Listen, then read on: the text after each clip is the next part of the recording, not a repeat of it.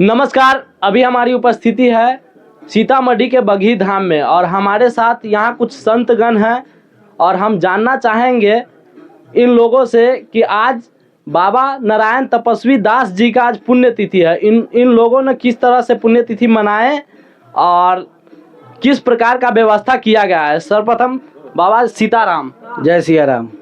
क्या व्यवस्था है ये पुण्यतिथि में बाबा के? हम लोग तो 17 दिसंबर को मनाते ही हैं और यहाँ जो विशेष बात है कि यहाँ जो हम लोग मनाए हैं तो उनका टाइम लगभग 12 में उनका हम आरती पूजन किए हैं। उसके बाद भोग लगा है, कुटिया में लगा है, भोलेनाथ जी में भोग लगा है। उसके बाद भक्त लोग प्रसाद ग्रहण किए हैं। कुछ लोग जा रहे हैं, कुछ लोग आए भी हैं, दूर दूर से लोग आए हैं। लगभग सीतामढ़ी जिला के हर क्षेत्र से लगभग मान लिया जाए कि लगभग 250 से 300 लोग आए हुए थे। तो भोजन प्रसाद पाए हैं, कुछ लोग अभी ठहरे हुए हैं, कुछ लोग पा रहे हैं। बस यही हम लोग व्यवस्था किए हैं। क्या कहना चाहिएगा बाबा? जी देखिए, यहाँ जो बगही धाम में आप यहाँ प्रेजेंट है अभी, इसके खूबसूरती के बारे में आप कुछ जान लीजिए। सबसे पहले जो सीताराम अखंड नाम जप हो रहा है उसका भी आप बैठ लीजिए और देखिए कि 65-70 वर्ष से लगातार अखंड राम नाम धूम चल रही है। और हमारे बड़े सरकार यानी तपस्वी नारायण दास महाराज जी का जो जीवन रहा है एक क्रांतिमय जीवन रहा है। क्रांतिमय जीवन कहने का मतलब रहा कि इनका परिश्रम और पराक्रम अद्भुत रहा। इन्होंने अपने जीवन के निचोड़ से एक परिणाम निकाला कि प्रत्येक रामायण, महाभारत, गीता और जो भी लीजिए हिंदू धर्म का जो धर्म ग्रंथ है, 18 पुराण जो है, उनका जो उन्होंने अवलोकन के आधार पर उन्होंने एक रिजल्ट निकाला और छोटा सा मैसेज दिया। पूरे हिंदुस्तान नहीं, पूरी दुनिया को मैसेज दिया कि आप जिस भी धर्म से हैं 7:30 बजे शाम के समय आप ईश्वर के नाम का जाप करें। और उस समय में अगर हम वैज्ञानिक दृष्टिकोण से देखें तो सारा भूमंडल, पृथ्वी एक परिक्रमा कर लेती है। तो यानी आपके नाद से जो स्वर गुंजायमान होता है वो सारे आकाश में, ब्रह्मांड में, यूनिवर्स में गूंजता है और आपका जीवन धन्य होता है। चूँकि आइंस्टीन ने भी कहा कि बराबर mc²। तो सरकार ने तो इससे पहले आपका चलन कर दिया। और जहाँ तक एक कहावत ये भी है कि पंजाबी का आप गुरुद्वारा देखें तो गुरुद्वारा के अगल बगल में 5 किलोमीटर की परिधि में कोई व्यक्ति भूखा नहीं सोता है। इसी तरह बगही धाम में जो अनवरत भंडारा का भी कार्यक्रम चल रहा है, तो मेरे हिसाब से यहाँ पूरे साल भंडारा का कार्यक्रम होता है कि सिर्फ आज पुण्यतिथि है इसी दिन? पूरे भारत में सबसे खूबसूरत स्थान है, धाम है, वृंदावन है, अयोध्या धाम है और बगही धाम है, जहां अखंड भंडारा का आयोजन आप जब भी आइए, प्रतिदिन कभी भी आ सकते हैं। प्रतिदिन आप जब भी आइए आपको भंडारा प्रसाद के रूप में मिलेगा। 12 बजे रात्रि में आइए, 12 बजे दिन में आइए, ये सब मिलेगा और ये सब इनके भक्त की परिश्रम का परिणाम है। आपसे एक और चीज हम जानना चाहेंगे कि यह जो जगह है इतना विश्व प्रसिद्ध कैसे हुआ और इसके पीछे कहानी क्या? आप संक्षिप्त में थोड़ा बताइएगा। और हमारे साथ एक बाबा है। बाबा, आपसे हम जानना चाहेंगे कि ये जो बगही धाम है इतना विश्व प्रसिद्ध कैसे बना और इसके पीछे क्या कहानी है? थोड़ा आप संक्षिप्त में वर्णन दीजिए, हमारे दर्शकों को बताइए। यहाँ जो है अखंड सीताराम नाम 1960 से चल रहा है। अखंड सीताराम नाम अयोध्या फटिक शिला 1985 से चल रहा है। वृंदावन आश्रम छठीकरा 2000 से सीताराम चल रहा है। ये बगही धाम श्री तपस्वी नारायण दास जी महाराज जी के जन्म स्थली है और तपो स्थली है।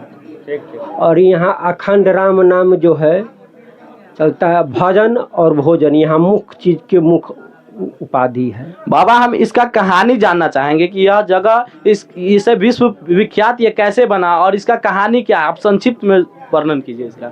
जो सरकार से तपस्वी नारायण जी वह केवल 1 गिलास दूध लेकर के अपना जीवन अर्पित कर दिए।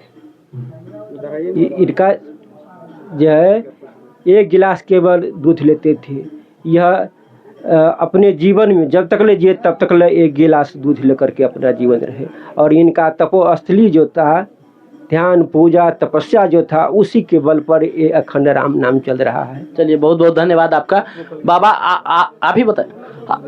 आपसे हम जानना यह चाहेंगे कि मतलब ये जो जगह है विश्व विख्यात जो बना, इसके पीछे कहानी क्या है और बाबा को जो पूरा देश के लोग इतना प्यार दे रहे हैं और इतना बाबा के प्रति, लोगों के प्रति भक्ति, आराधना और अति है, ये कैसे हुआ?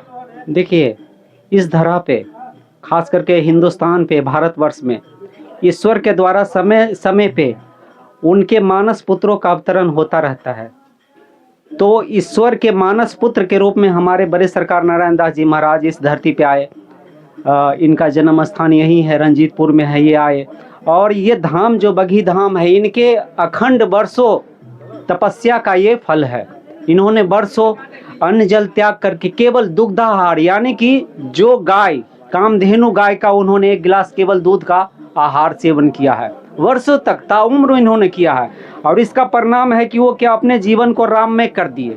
और राम में करने का अर्थ होता है कि राम जो है, राम त्याग के मूर्ति है हिंदुस्तान में, राम तपस्या के मूर्ति है हिंदुस्तान में, राम सेवा के मूर्ति है हिंदुस्तान में, और राम लोगों को जीवन सिखाने के लिए चले। तो हमारे बड़े सरकार भी यहाँ तपस्या कर करके लोगों को जीवन में क्या चाहिए, लोगों को जीवन इस धरा पर क्यों मिला है, इस तरह के अवलोकन को उन्होंने परिमार्जित किया और अपने भक्त का संख्या में विस्तार किया। और ये आज देन है कि आज वो नहीं भी है तो यहाँ लोग आते हैं, इनके मिट्टी से आशीर्वाद लेते हैं, इनके कन कन से आवाज़ आती है, इनके कन कन में भक्तों को प्यार महसूस होता है। यहाँ आते हैं, आज पुण्यतिथि भी है और कभी आप आइएगा गुरु पूर्णिमा के भी अवसर पे यहाँ भव्य लोगों का जमावड़ा होता है। जब हमारे बड़े सरकार सुखदेव दास जी महाराज यहाँ अगर उपस्थित होते हैं तो यहाँ एक बहुत सुंदर सा लोगों का जमावड़ा लगा रहता है। इस बार तो वो वृंदावन में है, तो वृंदावन में खास तरह से ये कार्यक्रम का आयोजन करवाया जा रहा है। तो बगही ये इनका जन्मभूमि भी रहा है और तपस्या स्थली भी इनका रहा है। आप वो जो देख रहे हैं 108 देख रहे हैं, उसको जरा देख लीजिए। 108 जो देख रहे हैं उसके बीच में एक मंडप होगा, वो 4 मंजिल का है। उसके नीचे जो है तहखाना है, उसमें उन्होंने हमारे सरकार ने 9 साल तक अनवरत बेगर अन्न जल के उन्होंने तपस्या किया था। और ऐसा कहावत है कि उन्होंने महादेव जी का साक्षात दर्शन किया था। महादेव जी का यही अखंड जो सीताराम नाम जाप चल रहा है, उसके पीछे महादेव जी का मंदिर था और सरकार ने ही वहाँ जो भव्य महादेव जी का मंदिर बना है, सरकार ने अपने हाथों से उसका नींव का अनावरण किया था।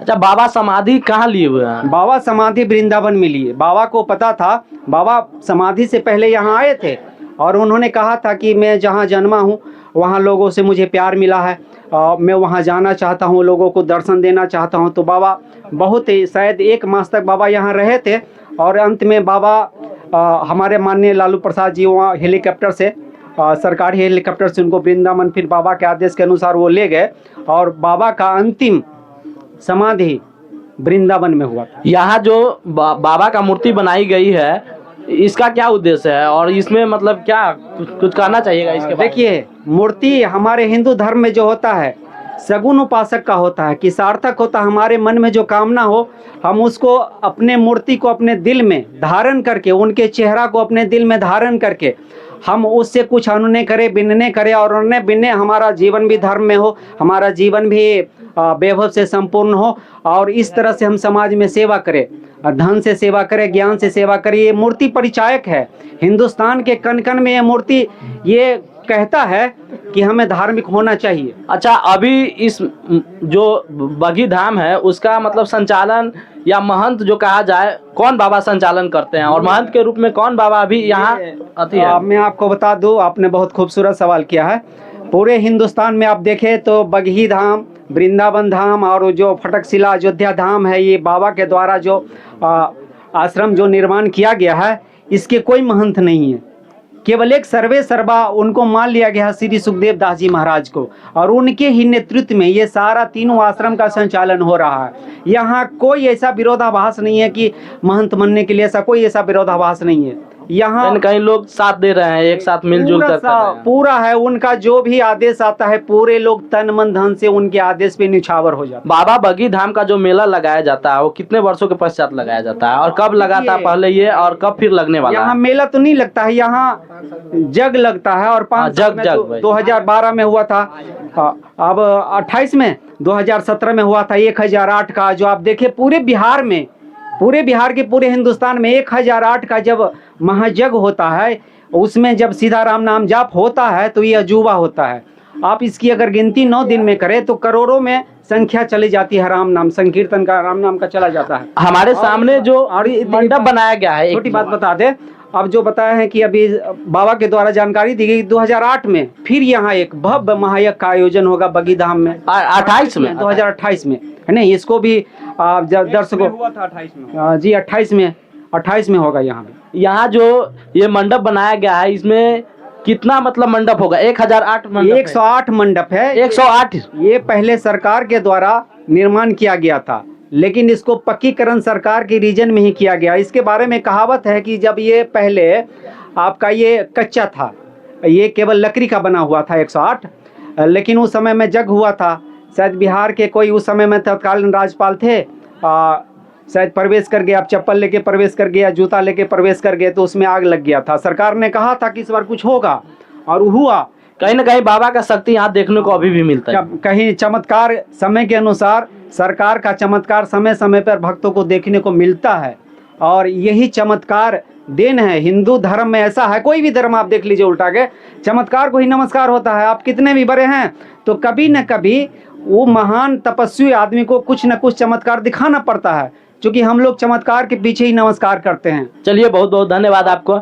आपका भी बहुत और धन्यवाद। हमारे साथ यहाँ के और कुछ अन्य लोग हैं। चाचा जी, आपसे हम बात करना चाहेंगे, कहाँ से आना हुआ है आपका? हम भी मधुबनी जिला से आए हुए हैं। और क्या कितना स्नेह रखे हुए हैं बाबा से, और साल में कितना बार आते हैं आप यहाँ? बाबा से तो अति स्नेह है। बाबा ही मेरा जीवन है, और उनका दिया हुआ वचन से मैं आज इस आश्रम में खड़ा हूँ। और जब जब गुरुदेव का आदेश होता है, अभी भी यहाँ 2 जगह का मीटिंग हुआ था। लास्ट मीटिंग 4 नवंबर को थी। तो मैं तो पैसे से शिक्षक हूँ, लेकिन फिर भी मैं यहाँ अवकाश लेके मैं आता हूँ। और जब जब बाबा का बुलावा होता है तो मैं आता हूँ। 17 में भी जग हुई थी तो मैं अवकाश लेकर के 21 दिन मैं स्वशरीर यहाँ पर मैं शामिल था। जब बाबा से इतना प्रेम है तो क्या रिटायरमेंट के बाद यहीं रहना है क्या? अब ये तो मैं बहुत दूरी की बात आप पूछ रहे हैं। आप तो नहीं, जब बाबा से आप इतना प्रेम कर रहे हैं, लगाव है इतना, इस मठ से इतना लगाव है, तो वो चीज तो होना चाहिए तो ना? आप तो बहुत दूर चले जा रहे हैं। मन तो होता है, कुछ पारिवारिक जिम्मेदारी है, मन तो होता है अभी से ही बाबा के साथ मैं घूमूं, लेकिन मानसिक और शारीरिक और आर्थिक जो है सो अभी इजाज़त नहीं दे रहा है। दिल तो बाबा लीन हूँ मैं, ऐसा क्या चीज़ है जो बाबा नहीं दिया। मैं आपके चैनल के माध्यम से कहना चाहता हूँ कि मैं दिल्ली में एक प्राइवेट नौकरी कर रहा था। मैं इच्छा था कि सरकार आप यदि हम बिहार ले जाते तो आपके साथ घूमता। तो बाबा के दिया हुआ नौकरी है, बाबा का दिया हुआ एक छोटा सा, कहीं ना कहीं आपका पूरा जीवन बाबा के से समर्पित है। बाबा से कहिए बाबा मैं ही है। बाबा मैं। तो बाबा का कोई एक रोचक कहानी जो आप बता सकते हैं चैनल के माध्यम से दर्शकों को? बाबा का रोचक कहानी हम क्या बता, बाबा से तो यानी बाबा की कोई ऐसी शक्ति का आप... मैं बता रहा हूँ। मेरा शादी 2000 ईस्वी में हुआ था। किसी कारणवश में जो 2000 में जग हुआ था बाबा के 1008 पंडाल का, दिल्ली में मैं नहीं जा सका। 18 मार्च इनका जग का समापन था। मैं 20 मार्च को मैं दिल्ली पहुंचा था। मैं 4 लोग था गांव का। मैं सोचा कि बाबा बीमार थे, दर्शन नहीं दे रहे, तो मैंने सोचा कि जब बाबा दर्शन नहीं देंगे तब तक मैं उनके आश्रम में माने कुछ भोजन नहीं लूँगा। तो मैं बाबा के आश्रम से 500 मीटर दूर बैठा था बुरारी मैदान में। यही माननीय सुखदेव दास जी महाराज आदरणीय परम पूज जो हल्ला किया, ऐसा कौन लड़का हो 4 आदमी बैठे हो जो कहते बाबा का चरण स्पर्श नहीं होगा। गुरुदेव सरकार यानी संत तपस्वी नारायण दास जी महाराज वैसे इशारा किए थे और मैं बाबा से दर्शन कराए थे। बाबा उस समय कहे थे आप कैसे हो, अच्छे हो, चलो जीवन में परेशानी तो आपको है, याद है मुझे उस दिन कि आपको परेशानी तो जीवन में है, लेकिन कहीं कुछ परेशानी बहुत ज़्यादा दिक्कत जीवन में कभी नहीं आएगा। मैं उसी मंत्र लेके बढ़ रहा हूँ। जीवन में आर्थिक भी परेशानी है, मुझे शारीरिक भी परेशानी होता रहता बच्चों के द्वारा, लेकिन मैं उनके ध्यान करके मैं चलता हूँ। कहीं ना कहीं बाबा के सारी मग्न होकर पूरा परेशानी दूर हो जाती है, सारे दूर हो जाता है। 1 साल पहले भी ऐसा हुआ था। चलिए, सनातन धर्म का एक विशेष उदाहरण बनता हुआ सीतामढ़ी जिला, और आप देख पा रहे हैं, आप पूरा दिखलाने का प्रयास कीजिएगा। ये जो मठ का निर्माण कराया गया है, इसमें 108 मंडप है, और जब यज्ञ होती है तो इस सारे मंडप में भजन कीर्तन लगातार 10 दिन कराया जाता है, और काफ़ी दूर दूर से लोग यहाँ आकर बाबा का आशीर्वाद लेते हैं और अपना इच्छा जो होती है जाहिर करते